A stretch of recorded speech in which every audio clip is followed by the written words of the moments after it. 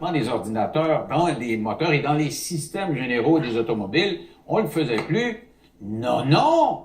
J'ai enquêté là-dessus, puis j'ai rendu compte qu'il y avait des gens qui avaient tout intérêt à le faire, et c'est encore très répandu parce que c'est payant pour ceux qui le font et ceux qui en profitent. Avec moi, Denis Thériault qui a enquêté là-dessus. Salut, Denis. Salut, Denis. Alors, qui fait ça, le traficage des odomètres? Bien, d'abord, l'introduction est très bonne parce que les gens qui ramènent la voiture, la location, c'est très répandu et souvent, on a le choix, hein. On va prendre par année 15 000 km au contrat pour payer moins cher. Mais quand on arrive au bout et qu'on retourne le véhicule, si on a dépassé le kilométrage alloué, il faut payer, puis parfois ça coûte cher. Alors, ça peut devenir avantageux de modifier l'odomètre et puis de ramener ça à une facture qui va être acceptable lorsqu'on va ramener ça chez le concessionnaire. Ça, c'est un cas. Il y a aussi ceux qui, par exemple, une voiture usagée à vendre, tu l'annonces sur Kijiji, tant de kilomètres, on voit tout de suite le kilométrage a un impact direct sur le prix de la vente. Ouais. Et il y a des gens qui vont opter pour ça. Ça, c'est les plus vieux véhicules, ça, je comprends. Oui, non, mais même, il y a une question de coût, là. Demain, à l'émission JE, on va voir que selon le véhicule, ça peut changer, la facture change. Ça peut ne pas coûter cher pour faire modifier l'odomètre, ça peut coûter beaucoup plus cher, et c'est parce que ça en vaut la peine. Alors, et là, il y a une fourchette de prix qui est bien établie, et vous allez comprendre pourquoi les gens font ça. Parce que les autos plus modernes, là, maintenant, ils sont, quand tu vas faire ton changement de huile, etc., ils sont au courant, ils lisent ce qu'il y a dans l'ordinateur. Donc, c'est pour revendre après là, que tu peux rentrer dans ton argent. Ouais, ben là, c'est ça, parce que pas au concessionnaire. Tu leur donnes au concessionnaire, tu fais pas d'argent. Si tu leur donnes au concessionnaire puis que tu as modifié l'odomètre, il peut y avoir un problème. Parce que là, CA Québec vous donnera des conseils demain à l'émission de JE. On vous conseillera pas ce qu'il faut faire pour pas vous faire prendre. Mais on va vous conseiller fortement, si tu achètes une voiture usagée. Comment pas te faire prendre par quelqu'un qui le fait? C'est ça, quelqu'un qui trafique, puis toi, tu payes le gros prix, puis tu as 100 000 km de plus qui a été roulé que ce qu'on te dit. Mais il paraît aussi qu'il y a quand même des autos neuves qui pourraient être vendues comme démonstrateurs, qui se retrouvent presque avec un dossier vierge. Donc, on recule aussi chez les concessionnaires? Ben, on a quelqu'un qui témoigne à visage caché, parce que c'est quelqu'un qui connaît extrêmement bien le milieu.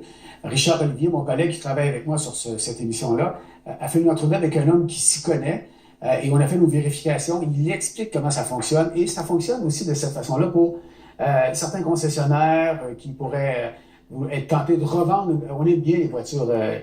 On aime mieux quand tu as 70 km que s'il y en a 12 800. Et puis le vendeur l'a utilisé une couple de semaines, puis il le ramène, puis on le paye moins cher.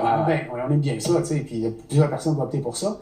Mais notre expert, notre personne qui témoigne là-dedans, il est très clair là-dessus. Il y a des endroits où c'est modifié. OK. Alors, il paraît que c'est payant quand même, parce que ceux qui le font, là, ils empochent, il faut que tu payes pour ça, là. Denis, tu vas peut-être pas tomber de ta chaise, mais tu vas quand même être très surpris de voir jusqu'à quel point le véhicule, parce qu'on a pris un véhicule en collaboration avec le CA Québec, on l'a amené à un endroit, on reste vague sur l'endroit, mais j'oserais dire que ce ne sont pas les endroits qui manquent, là, comme on dit en bon français, mais on est allé à une place, on est entré à l'intérieur, il a ramené l'odomètre de beaucoup de 1000, parce que dans ce cas-là, c'est une voiture qui a été achetée aux États-Unis, suffisamment pour faire grimper la valeur. Demain, vous allez rester... Écoute, c'est étonnant de voir, pour le peu d'argent qu'on a payé pour faire modifier le domaine... Il charge combien, lui? Quelques centaines de dollars à peine. Mais ça dépend. Là, ça joue de quelques centaines de dollars à plus de 1000 dollars, selon, par exemple, quelqu'un qui a une Mercedes très récente. Là, c'est plus compliqué. Là, il faut laisser le véhicule là. Ça coûte cher. Parce que les ordinateurs, il faut trafiquer les ordinateurs. Même le véhicule qu'on avait, c'est un véhicule, c'est une voiture 2008. Il y a quand même 18 ordinateurs dedans. Ah, oui. Donc, ça, c'est de l'ouvrage, puis il charge. On va regarder un petit extrait qui explique justement comment on procède au niveau des coûts. Combien tu veux que je mette en kilomètres, mettons, dessus? En kilomètres, je vais amener à 97 ou 95, là, quelque chose comme ça, juste qu'ils soient un peu en bas de 100 000.